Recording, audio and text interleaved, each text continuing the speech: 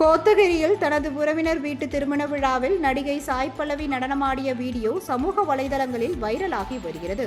நீலகிரி மாவட்டம் கோத்தகிரி அருகே உள்ள மேல் அணையண்டி கிராமத்தில் உள்ள தனது உறவினரின் திருமண விழாவில் பங்கேற்க வந்த நடிகை சாய் பல்லவி அங்கு படுகர் இன மக்களின் பாரம்பரிய இசைக்கு தங்களது உறவினர்களுடன் இணைந்து நடனமாடினார்.